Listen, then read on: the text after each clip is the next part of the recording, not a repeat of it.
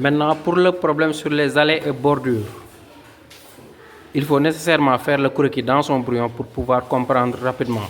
Donc voici à peu près le champ rectangulaire qu'on vous a proposé. 34 mètres largeur, 62 mètres longueur. Et on a deux allées qui traversent le champ, qui se coupent au milieu. J'ai essayé de matérialiser ça. Donc la longueur, la largeur de l'allée, c'est 1,10 mètres. C'est de là à là. 1,10 mètres. Vous voyez, 1,10 mètres, c'est ici à ici. Et 1,10 mètres, ici à ici. Donc vous voyez. Et maintenant, on vous demande de calculer la surface des allées. Le chemin le plus facile, c'est de passer par la surface totale. Vous avez la largeur, vous avez la longueur. Donc vous multipliez longueur par largeur pour avoir la surface totale du champ.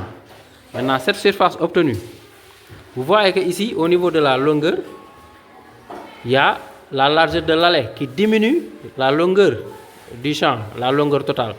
De combien? De 1,10 mètres. Donc tu prends la longueur, tu enlèves ces 1,10 mètres là de l'allée. Et ça va te donner donc la longueur cultivable. Vous voyez, longueur cultivable.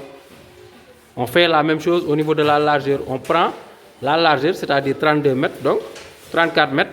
On enlève la largeur de l'allée qui la coupe comme ça. Donc on enlève les 1,10 mètres ici et ce qui reste, ce sera la largeur cultivable. Maintenant, longueur cultivable fois largeur cultivable. Vous voyez, ça donne la surface cultivable. Maintenant, si on prend la surface totale du champ qu'on avait déjà calculé, on enlève la surface cultivable. Il va rester tout simplement la surface des allées.